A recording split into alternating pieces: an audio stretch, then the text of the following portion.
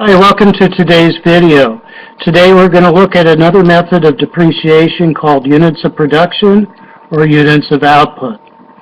This method is used where the loss of usefulness of the asset can be based on some sort of output. Examples of output could be miles driven, tons of ore mined, or hours of use worked. It is a two-step process to determine the dollar amount of depreciation taken in each calendar year, or in each year, I should say. The first step is to determine the depreciation per unit, which would be cost minus salvage value divided by total units of output. So that could be like 100,000 miles. That will give you a rate. So you take the rate in step one and multiply by the units of output for the current year, and that'll give you your depreciation expense for the particular year in question. I think this method is probably best described by actually looking at a problem. And so I got a problem here that we'll go over in detail, and I hope by the time we're done you will see how easy the method is. So we had a problem. Auto costs $30,000 when year one. The life is expected to be 100,000 miles because of whatever the use the auto is under. Then the salvage value of the life, or salvage value of the auto is 5,000. Let's assume in year one 20,000 miles are driven.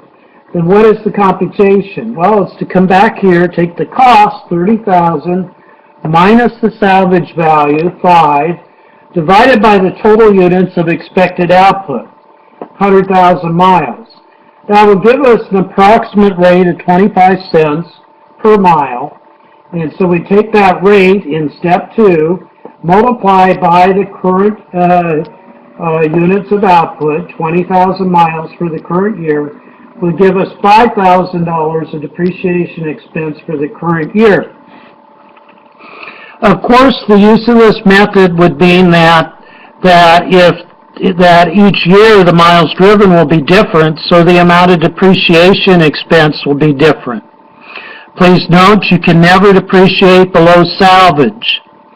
So remember, once you've done your 100,000 miles, make sure that you have not depreciated below the salvage value, which you shouldn't have done.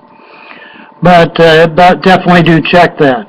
If you continue to use the vehicle or whatever the asset is, do note you cannot take depreciation unless additional costs have been incurred. So again, where used, where the loss of the usefulness of the asset can be based on some method of output like miles driven, tons of ore mined, hours of use. There's two steps. Determine the depreciation per unit, which gives us a rate. That's determined by cost minus salvage value divided by the total units of expected output. We then take that rate and multiply the units of output for the current year to get our depreciation expense.